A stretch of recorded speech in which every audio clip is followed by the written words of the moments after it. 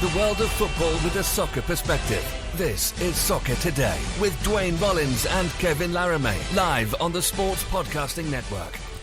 Good day, good night, and welcome to Soccer Today for Wednesday, September 18th, 2019. I'm Kevin Laramee, joined by Duane Rollins. How you doing, Duane? It's Canadian Championship final day.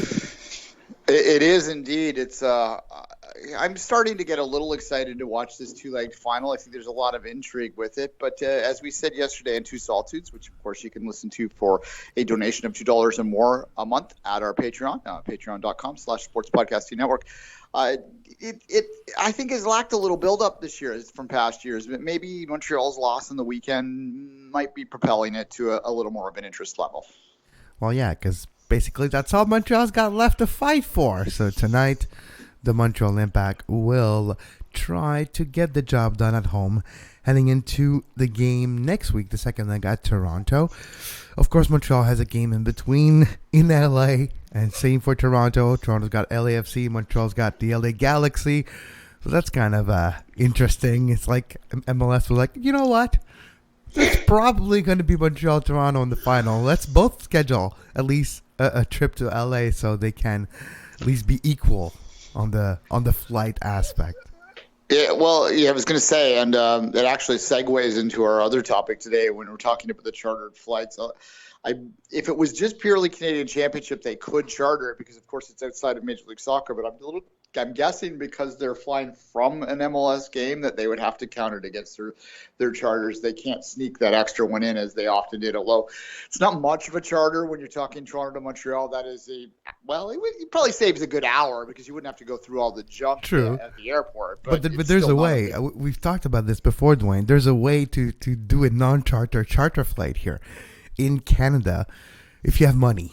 And that's Toronto FC buying a Porter Air flight, literally just all the tickets of a Porter flight, and then you kind of have a charter flight. You still have to work off their schedule, but you're not worried about other people there. You can sort of stretch in the aisles and do all that good stuff there without too much worry. And there's a wink going on here. The staff knows what's happening, but you also could just jump on the damn train and take 4 hours and enjoy yourself on the way down too. That might work. Or just drive for 5 hours and a half, depending on how quick you drive. And you're in Toronto, and you don't have to go through security at all. But it does segue to one of the topics we want to talk about. We'll review the Champions League and preview today's game in a while. We'll touch on the Canadian Championship more. But to start the show, Duane, let's talk about charter flights. Don Garber, I was going to call him Duane Garber, so your brother. Don Garber was in Vancouver during the weekend, and he talked to a few journalists, to hard journalists especially, and she wrote an article, and it does talk about charter flights and how Don Garber is not against charter flights at all. It's not his money. He just says the rules. If the players and owners agree, then he's not against charter flights. Charter flights might be a topic of conversation more than we anticipated. Well, we kind of knew it was a hill that the players would die on because it does benefit their lifestyle. It does give them a lot of hours in a day more than they would now. But with the CBA being renegotiated this offseason, charter flights might be a hill the players want to die on, and they might actually get some good progress in that resolve. Yeah, before I jump into my opinion there, when you called Don Garber or Duane Garber and thought that he might be my brother, it reminded me that first off, I'd have an issue with my mother if my brother was named Duane as well. But it's Mom's birthday today. Happy birthday, Mom. She's 75 today. I've already called her. Don't worry, guys. And she's not listening. Moving on from that. Well, happy birthday, Duane's mother. Yes, Gail. Gail turned 75 today. She's having a nice steak dinner, I've heard. Anyway, moving on from that. I thought Don Garber's comments were very telling with the way that when he talked to Har's question, our journalist at NBC, that he said, yes, he was in favor of it, but he also followed it up. And you've got to always listen to what Don Garber's follow-up is when he says something. That's true. So the way he followed it up was he said, I'm in support of that, but you got to understand there's only a certain amount of money. And if they're using money here, that means that there going to have to be money taken away from there. So he's saying, we're open to negotiating this, but there's only a certain amount of pot of money there. It's saying, what are you willing to give up to get the charter flights? It's basically what Don Garber said. Yes, in terms of either what they have now or what they're trying to gain in the future. Is this really something that they hold that they truly want to die on? And they could. If the players go in and they say, we're happy with everything else exactly the way it is, but we want charter flights, they might win that battle. They might. The owners might go, okay, we're not going to raise the cap as much as we have in the past. We're not going to add any TAM spots, but free agency is not going to be made easier. It's still going to have weird, convoluted rules, but okay, you can get your charter flights.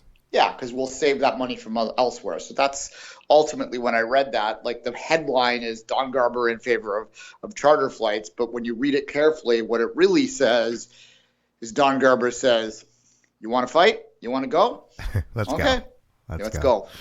Oh, we're probably going to have a fight this offseason, and we'll talk a lot on soccer today. It will be our topic in this offseason, and it's kind of interesting that the comments of Wayne Rooney yesterday, too. Wayne Rooney saying American players in Major League Soccer are not paid enough when you look at other sports leagues in North America, and they should be paid more. He's kind of got a point. Remember Alan Gordon back in the Beckham days? It's just an example. Things have changed, and players are paid more, and the average salary, I don't think, is a good indication. I don't think it's a good indicator of the salary in Major League Soccer, but the median is, and the median is closer to 100,000 than 55.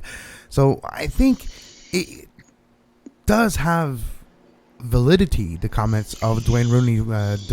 Duane Rooney. Why am I calling everyone Duane today?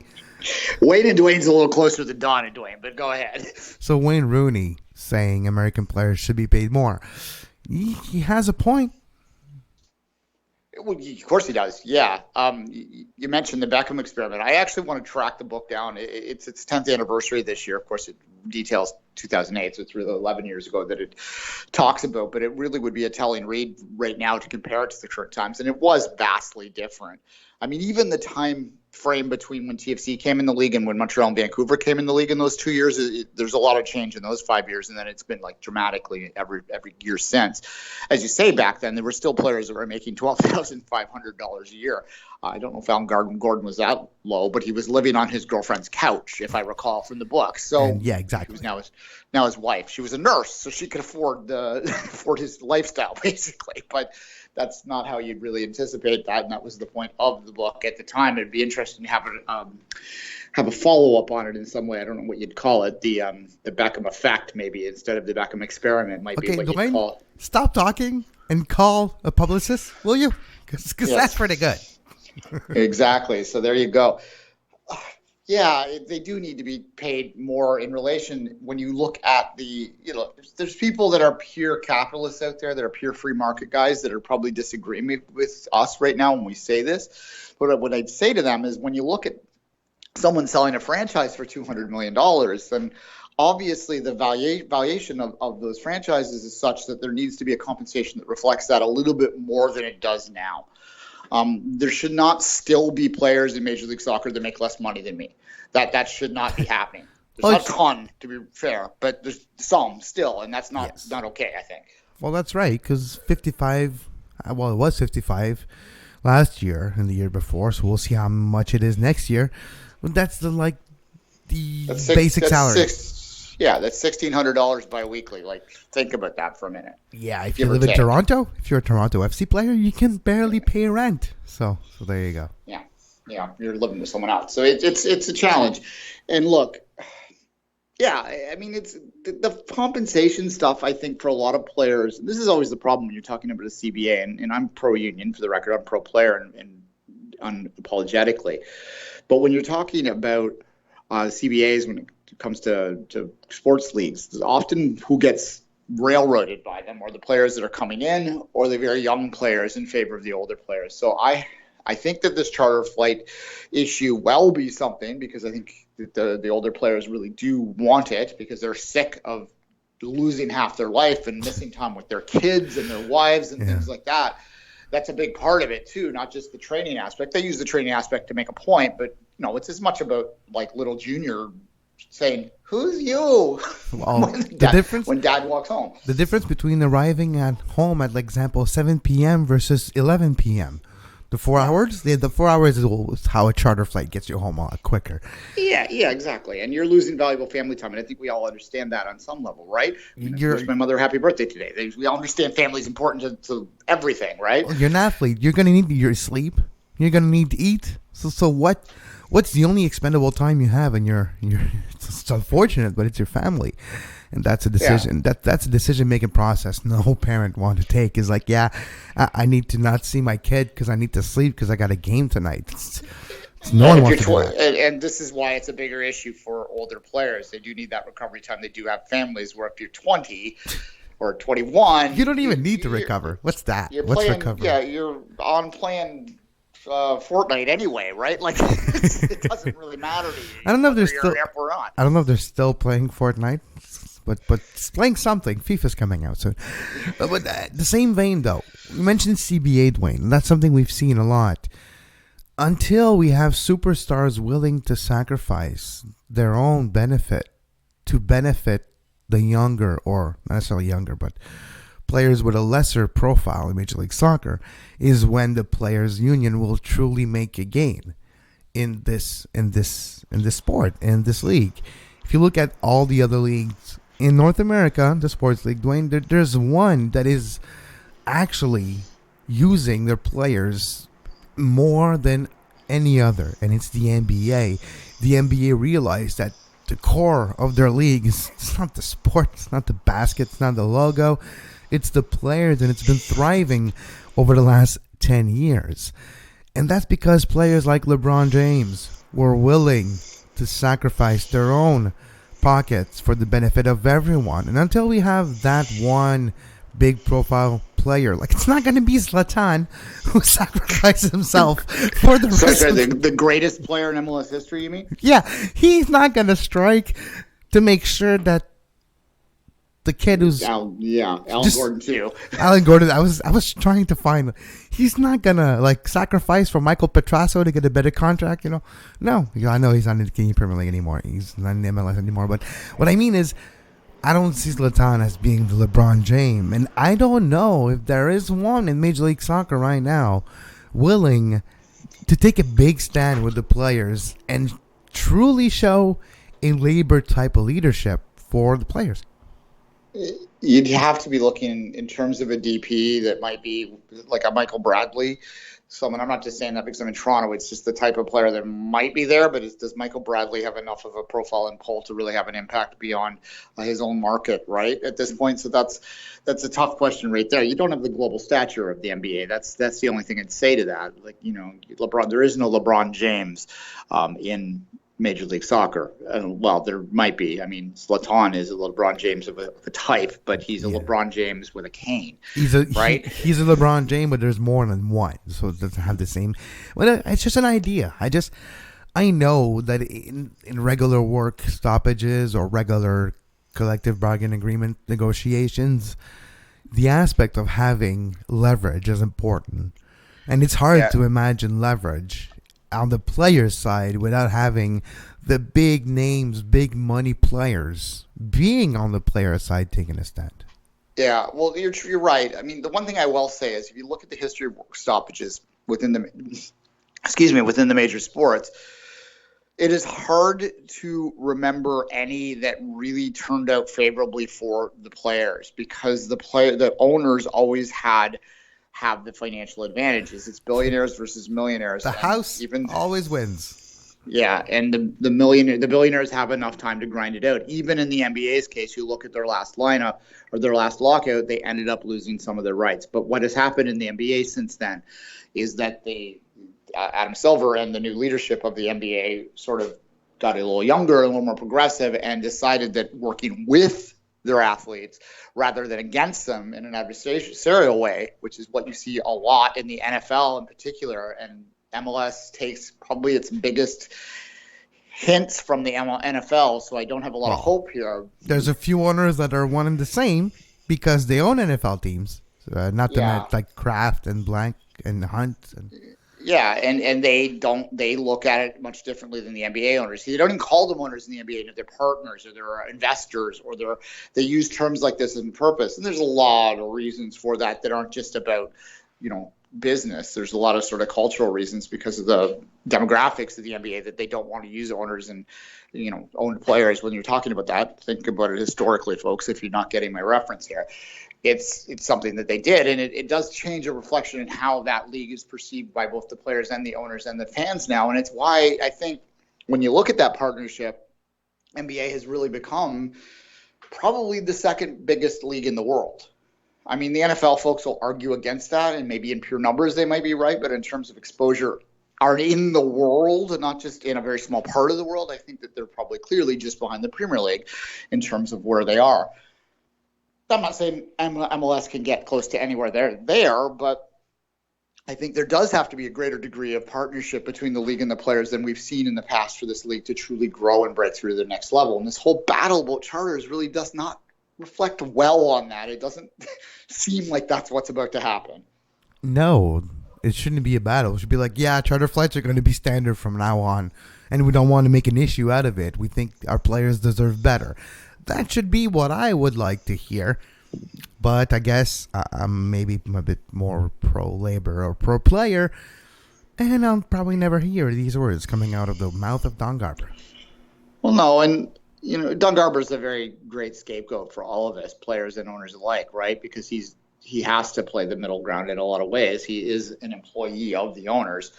I think we all understand that on some level, but we still ultimately review him as, because he is the mouthpiece of them, and he is going to speak whatever their viewpoints are.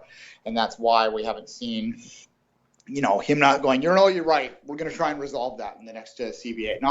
He didn't say that. It sounded like he said that. He said, yeah, you're right, but what are you going to do? Like, what are you going to give up for us to give you this? Because there's only this much. Yeah, you're right. That's a good idea. But it's a famous but. You're going to pay for it? That's essentially what he's saying. Exactly. Which is it's a good way. Anyways, we'll keep an eye on charter flights. It's an important article. hardjournalist.wordpress.com. You can find the article by Hard Journalist, and it's a good follow if you're on Twitter. I suggest a follow, Hard Journalist. She does great work coming from Vancouver. Champions League yesterday. Duane, a couple of games.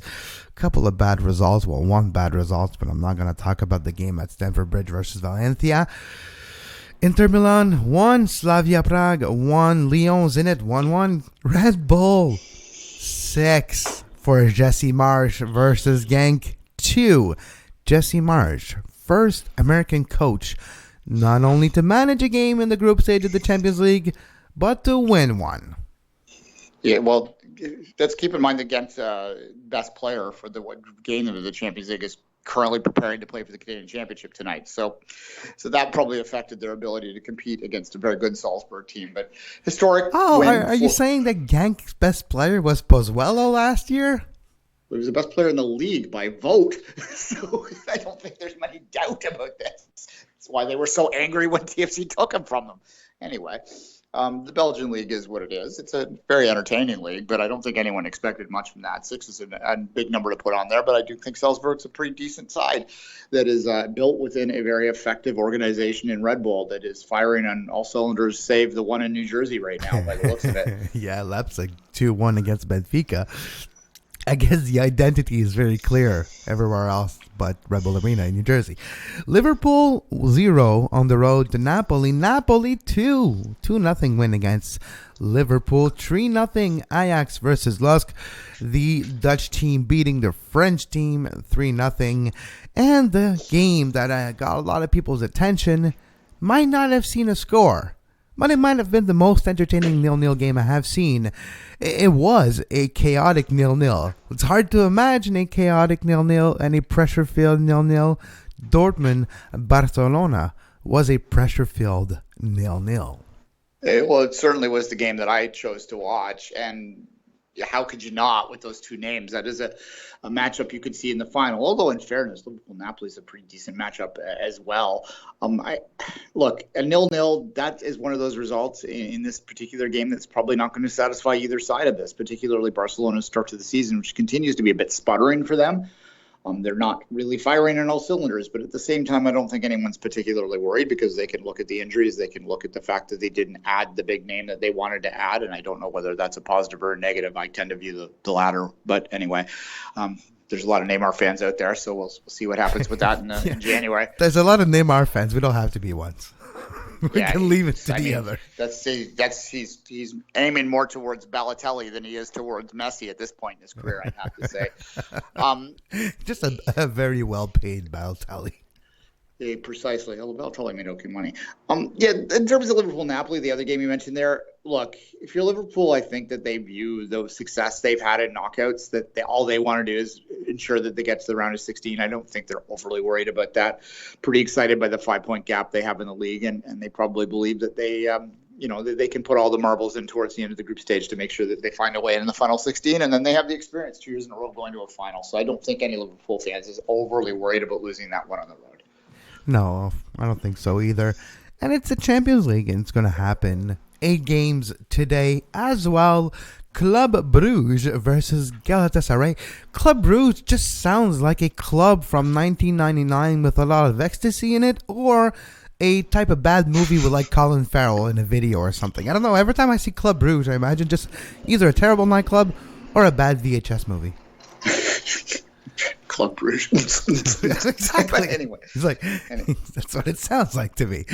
They're playing at 1 p.m. today versus Galatasaray, Olympiacos, Tottenham, Bayer Leverkusen, Lokomotiv Moscow, PSG, Real Madrid. What a game. Day 2 of the Champions League. You have PSG, Real Madrid. It's not even the biggest game today. Bayern and Milan Bojan, we're going to call it that because it's easier to say. Red Star Belgrade versus Bayern Munich. Atletico Madrid, Juventus. Jeez, who makes the schedule? What am I supposed to do? Watch both at the same time? Well, and of course, I'll be watching the one you're going to say next. But yeah. How? I think I've seen this matchup 5 times in the last 5 years. How come they're always playing the damn Shakhtar Donetsk, Man City? Feels like they're always playing each other. Or maybe I'm mistaken. Chelsea facing Shakhtar Donetsk. I don't know. Well, City has been fortunate enough to get a fairly soft draw the last couple of years. Before that, they had a pretty tough draw, so it evens out over the long period of time. And, conspiracy theorists can say what they wish. But, look, Shakhtar's a tricky little draw, but this is by far from sexy is what I'm trying to say. It is only partisanship that is going to put me in this angle. I have not yet even decided whether I'm going to bother to watch this at home with people or whether I'm just going to put 2 screens on. We'll see how I feel this afternoon, how much work I get done before then, basically.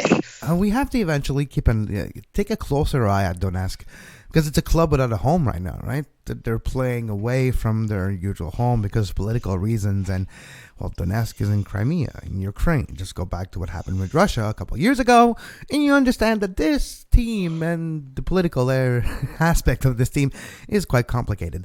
Last game today in the Champions League, Dinamo Zagreb versus Atalanta. But, geez, PSG, Real Madrid, Atletico, Juventus, talking about what could be finals. Like, these could be finals, but they are the first game in group stage. Yeah, Atleti, I think, is the one team that in Europe of the, what would you call it at this point in time? Have they been good long enough that you can start to call them part of the Tier 1 teams, or are they still a high Tier 2 team? I think they're kind of a high Tier 2 team. Okay, you say Tier 2, I say Tier 1, because is Chelsea Tier 1 this year? No. They're not. So, well, there's space in that Tier 1 bubble. Atleti, welcome to the club. Yeah, certainly them and Dortmund would have very strong arguments for having broken through into the very elite in the past couple of years. Both have, of course, lost 2 finals in Atleti's case, and I wouldn't count against them the way that they've started and retooled in the offseason team, although they lost last weekend in La Liga. But La Liga is a funny little beast this year. Yeah, that's a decent matchup, and I would choose, if I had to choose a second screen, and like I said, I probably will choose a second screen. I likely would go that way. Juve is very fascinating too. So it's lots of fun ones this way. I just don't want to watch Real Madrid. Someone has to win it, and that's sad, really. It's the Qatari Derby. Who's going to lose is the question. Yeah, I mean that's it. It's fascinating in its own weird way, but yeah, it's they're teams that if you don't love them, you hate them, and it's kind of, if you're neutral, hard to watch that one in a lot of ways. I never really had an issue with PSG because I don't have an issue with nouveau rich teams, as you might expect. I wonder why. Well, I mean, look, we could have a whole argument with this another day. There's a little gatekeeping that takes place in some of the attitudes towards the nouveau rich teams, but PSG has not really inspired since they got the money. I would argue they were better before. I liked them when Ibra was there and Cavani. I thought they were dangerous back then, and they didn't need to spend $800 million in transfers. Yeah, I mean, what City has done with the money has inarguably been very successful and very compelling from a pure entertaining standpoint. You can disagree with, who the owners and all that sort of stuff. It's a different discussion. But what they've done is they've absolutely became the team that everyone thought that they would with the money. I'm not sure PSG has. And that's maybe the interesting story with them. And it could be the league difference. It could be that they're not pushed at all domestically. And that has regressed them a little bit. I don't know. It's a debate I think a lot of people have been having in a lot of different places for a long time now. So I don't know how much more we can add to it other than to say, we're not watching that game. Yeah, they leave me flat. Yeah. So we'll keep an eye on the Champions League games and talk about them tomorrow. But tonight, I am going to be at Stade Saputo for the first leg in the Canadian Championship, and probably in Toronto next Wednesday. I'll do a little flash trip, Duane. Hopefully I get the chance to see you, but I will see if it's possible because I'm going to arrive in the afternoon and leaving right after the game. But it is a final. It is a trophy. It's the Voyageurs Cup. Up for grabs. Game number 1 tonight. Of course, for the Impact, they're limping into this final with not a lot of confidence. For Toronto, haven't lost since August 6th, I think. So, two teams with two different paths to a final, at least for the confidence. How important is confidence, though, heading into an isolated incident that a final is?